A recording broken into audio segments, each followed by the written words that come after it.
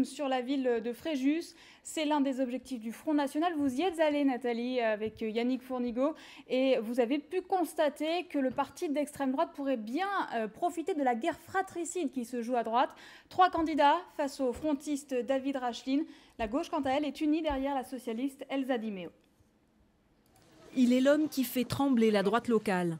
Sur le marché de Saint-Égulphe, David Rachlin, candidat du Front National, n'entre pas en campagne. Il y est depuis les dernières élections législatives. Bonjour, vous allez bien? Oh, très bien. Et j'espère dans pas longtemps aller encore beaucoup mieux. Et désormais, ses soutiens s'affichent sans tabou. Merci. Merci pour Fréjus, merci.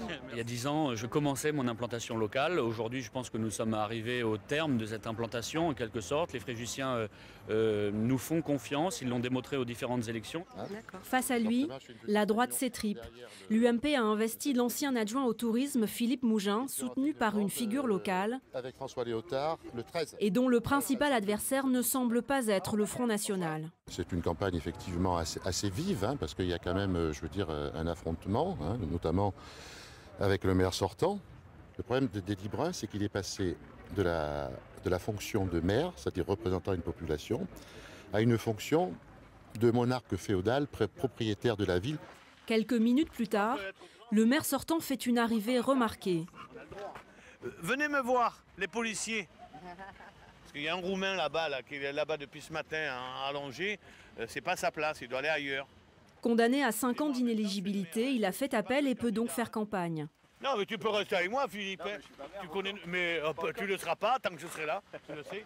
Le Philippe en question, c'est Philippe Michel, son ancien directeur de cabinet qui mène la liste Fréjus en mouvement. 3 candidats à droite, une division qui pourrait faire basculer la ville à l'extrême droite. Mais chacun entend bien rester dans la course coûte que coûte. Je ne suis pas le genre de garçon à jouer les arbitres. J'ai toujours été sur le terrain et j'ai toujours été plutôt avant-centre que défenseur. Donc c'est ce qui va se passer les 20 ou 27 mars. Je crois que c'est les dates, ou 23 et 30, je ne sais pas, je ne me rappelle plus. À l'écart de cette bataille des droites, une 5e candidate tente de faire entendre sa voix. Elsa Di Meo est socialiste, mais elle n'a sur sa liste que 25% d'adhérents à un parti politique. Elle joue la carte du rassemblement face à la montée du Front National.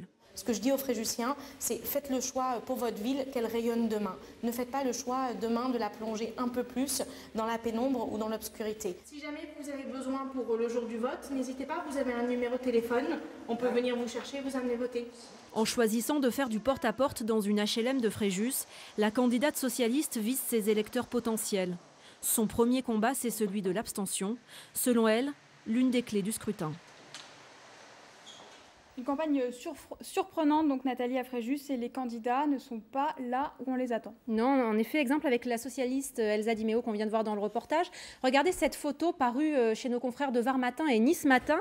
On voit la candidate de gauche taguée à l'aide d'un Karcher le nom de sa liste sur les murs de la ville. Alors c'est 100% écolo puisqu'en fait elle se contente d'enlever la saleté, mais c'est surprenant, un Karcher pour une ville propre. Ce sont des symboles qu'on n'imaginait pas forcément à gauche et c'est tout le paradoxe de cette campagne menée à Fréjus. D'un côté, des candidats qui parlent sans complexe d'identité, de sécurité. De l'autre, un candidat Front National qui, en tout cas face à la caméra, évoque des enjeux aussi classiques que le désendettement de la ville ou les inondations. Le désendettement qui est quand même un thème commun à tous les opposants délibérants. Un dernier mot sur Fréjus pour vous dire qu'il y a une candidate en moins. Il s'agit de Sophie Parent. Son parti, l'UDI, a investi le candidat UMP Philippe Mougin. Elle a décidé de démissionner de l'UDI et soutient désormais le maire sortant Élie Brun, mais elle ne figurera pas sur sa liste. C'est en tout cas ce qu'elle nous a confié aujourd'hui.